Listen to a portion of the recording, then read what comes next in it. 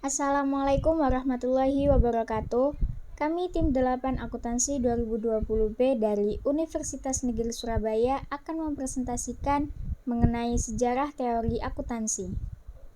Tim 8 beranggotakan 4 orang, yakni Salvani Maulida Rahma Hafsah dengan NIM 20080694102, Tiara Ayu Andini dengan NIM 20080694106, Evi Zumrotul Bustani dengan NIM 20080694113 dan Nur Mu'adzimah Maulidia dengan NIM 20080694116. Pada materi ini, kami akan menjelaskan mengenai 1. Evolusi pembukuan pencatatan berpasangan. 2. Perkembangan prinsip-prinsip akuntansi. 3. Akuntansi dan kapitalisme. 4. Relevansi sejarah akuntansi. 5. Peran pengukuran dalam akuntansi. Saya Evi Zumrotul Bustani, NIM 4113. Evolusi pembukaan pencatatan berpasangan. Sejarah awal akuntansi.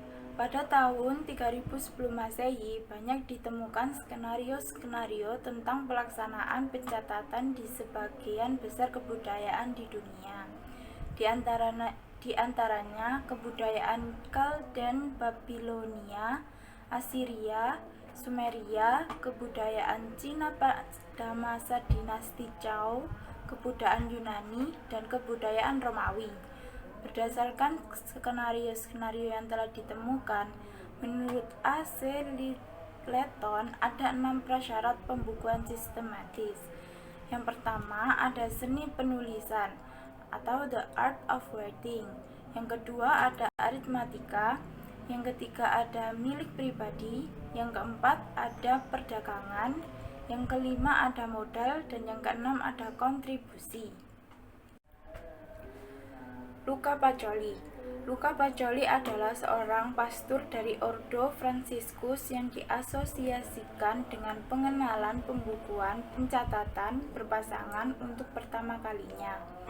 Pada bukunya yang bernama Summa de Arithmetica Geometria dan Proportioni et Proportionalita pada tahun 1948, terdapat bab yang menjelaskan pembukuan pencatatan berpasangan, yang kemudian dikenal sebagai metode Venesia atau metode Italia.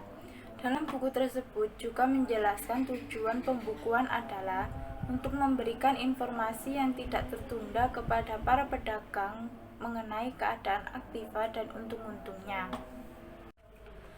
Perkembangan pembukuan pencatatan berpasangan.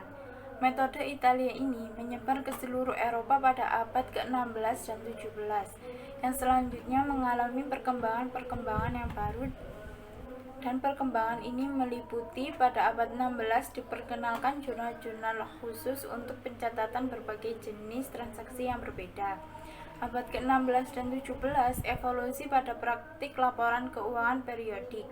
Pada abad ke-15 sampai 17, penerapan dari sistem pencatatan berpasangan diperluas ke jenis-jenis organisasi lain. Abad ke-17, penggunaan akun persediaan akan terpisah untuk jenis barang yang berbeda. Abad 17 ini, akuntansi mendapat status yang lebih baik. Abad ke-18, evolusi metode-metode pencatatan aktiva tetap. Abad ke-19, depresiasi dianggap tidak dibutuhkan. Abad ke-19 muncul akuntansi biaya paruh. Terakhir, abad 19 terjadi perkembangan pada teknik-teknik akuntansi untuk pembayaran. Abad ke-19 dan 20 terjadi perkembangan pada laporan dana. Di atas abad ke-20 terjadi perkembangan pada metode-metode akuntansi untuk isu-isu kompleks. Halo semuanya, perkenalkan, nama saya Nur Mu'adzimah Maulidia dengan NIM 20080694116. Di sini saya akan menjelaskan tentang perkembangan prinsip-prinsip akuntansi. Prinsip akuntansi dalam perkembangannya terdapat 4 fase. Fase pertama yaitu fase kontribusi manajemen dimulai pada tahun 1900 sampai dengan 1933. Fase kedua disebut dengan fase kontribusi institusi dimulai pada tahun 1933 sampai dengan 1959. Fase ketiga disebut dengan fase kontribusi profesional dimulai pada tahun 1959 sampai dengan 1973. Dan yang terakhir, fase kontribusi politisasi sejak tahun 1973 hingga saat ini. Untuk penjelasannya akan dijelaskan pada slide selanjutnya. Yang pertama, fase kontribusi manajemen pada tahun 1900 sampai dengan tahun 1933. Pada fase ini, manajemen memiliki kendali penuh atas pemilihan dari informasi keuangan yang akan diungkapkan di dalam laporan tahunan. Pengaruh manajemen ini muncul akibat meningkatnya jumlah pemegang saham dan peranan ekonomi dominan yang dimainkan oleh perusahaan industri setelah tahun 1900. Intervensi ini diartikan sebagai solusi ad hoc untuk mengatasi masalah-masalah yang mendesak dan kontroversi.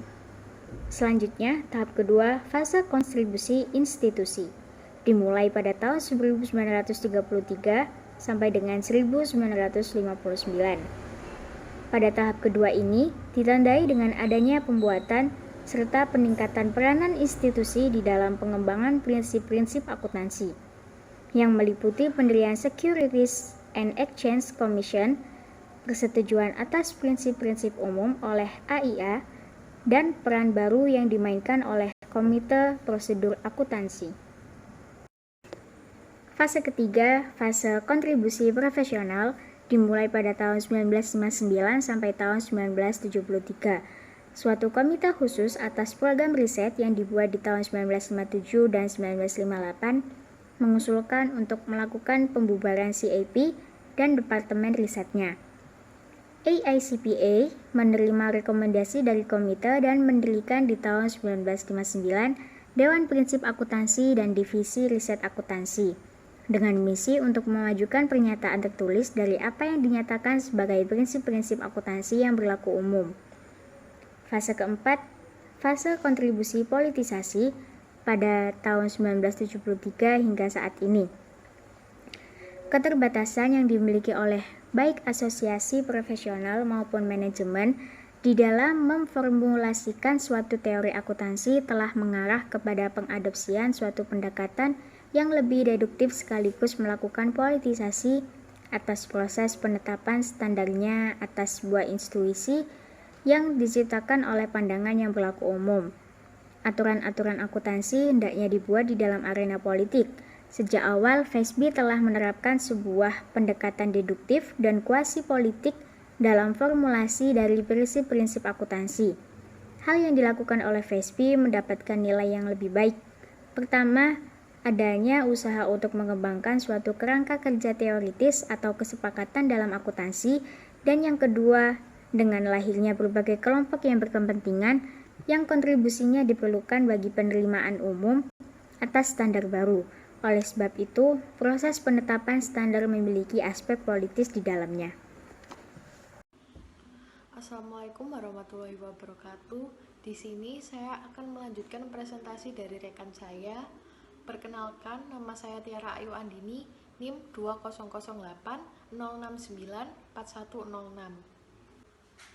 Di sini saya akan mempresentasikan tentang akuntansi dan kapitalisme. Definisi dari akuntansi. Akuntansi merupakan pengukuran, penjabaran, dan pemberian kepastian mengenai informasi yang akan membantu manajer maupun investor, otoritas pajak, dan pembuat keputusan lain untuk membuat alokasi sumber daya keputusan di dalam perusahaan, organisasi non-profit, dan lembaga pemerintah. Lalu untuk definisi kapitalisme adalah sistem ekonomi di mana perdagangan, industri, dan alat-alat produksi dikendalikan oleh pemilik swasta dengan tujuan memperoleh keuntungan dalam ekonomi pasar.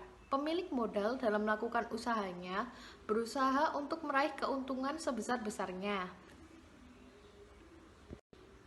Lalu untuk slide selanjutnya adalah relevansi akuntansi dan kapitalisme. Hubungan antara akuntansi dan kapitalisme ini juga dikenal dengan argumen Sombart. Ia mengemukakan bahwa transformasi aktiva menjadi nilai-nilai abstrak dan ekspresi kuantitatif dari aktivitas bisnis dan akuntansi yang sistematis dalam bentuk pembukuan dan pencatatan.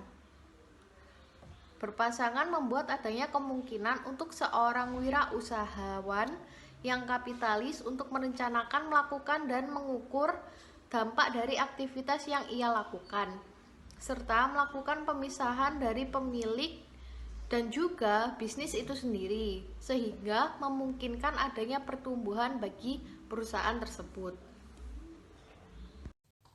Nama saya Salvani Maulida Rahmahafsah dengan NIM 102. Kali ini saya akan menjelaskan tentang relevansi sejarah akuntansi. Sejarah akuntansi penting bagi pedagogi, kebijakan, dan praktek akuntansi. Sejarah memungkinkan kita untuk dapat lebih baik memahami masa kini dan meramalkan atau mengendalikan masa depan kita. Berkaitan dengan pedagogi, sejarah akuntansi dapat sangat berguna untuk memberikan pemahaman dan apresiasi yang lebih baik mengenai bidang akuntansi dan evolusinya sebagai satu ilmu sosial. Satu pemikiran yang bagus akan relevansi dari sejarah akuntansi terhadap pedagogi diuraikan sebagai berikut. Pertama-tama, suatu profesi yang didasarkan pada tradisi yang dikembangkan selama berabad-abad seharusnya mendidik para anggotanya untuk lebih menghargai warisan intelektual yang mereka miliki. Kedua, adanya impor keunggulan-keunggulan pemikiran, kontribusi-kontribusi besar pada literatur, dan studi-studi positif yang penting mungkin saja akan hilang, terfragmentasikan, atau dipelajari secara tidak sempurna di dalam jangka waktu yang lebih panjang, kecuali jika mereka telah didokumentasikan dan digabungkan oleh orang-orang terpelajar yang memiliki keahlian sejarah. Ketiga, tanpa memiliki akses kepada analisis dan interpretasi dari sejarah perkembangan pemikiran dan praktik akuntansi, para empiris saat ini akan beresiko berdasarkan investigasi yang mereka lakukan pada klaim-klaim atas masa lalu yang tidak lengkap atau tidak berdasar. Berkaitan dengan praktik akuntansi, sejarah akuntansi dapat memberikan penilaian yang lebih baik atas praktek-praktek yang berlaku dengan melakukan perbandingan terhadap metode-metode yang pernah digunakan di masa lalu. Saya Evi Zumrodun Bustani, NIM 4113. Peran dalam pengukuran akuntansi. Pengukuran. Definisi menurut Stevens menetapkan angka pada suatu objek sesuai dengan ketentuan. Menurut Campbell, menetapkan angka yang dapat menunjukkan kemampuan dari suatu sistem. Skala dibagi menjadi 4. 1. Skala nominal. Skala nominal merupakan angka yang hanya digunakan sebagai label menunjukkan kemampuan dari objek. Yang kedua ada skala ordinal, menunjukkan ranking pengukuran dari beberapa alternatif yang terendah ke tertinggi ataupun sebaliknya. Yang ketiga ada skala interval, merupakan jarak pengukuran. Yang keempat ada skala ratio, merupakan informasi yang lengkap meliputi ketiga skala tersebut.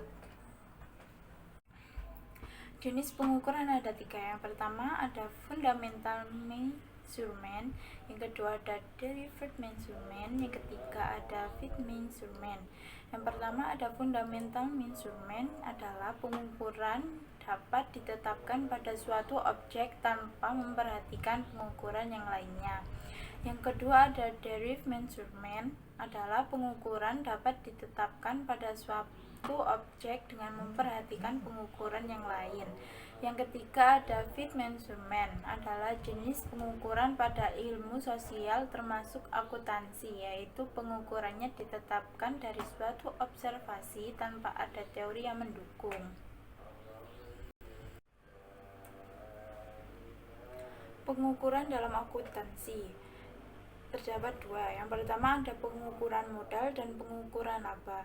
Pengukuran modal berasal dari selisih aset dan liabilitas, dan pengukuran modal awal laba yang diperoleh dan perubahan aset bersih.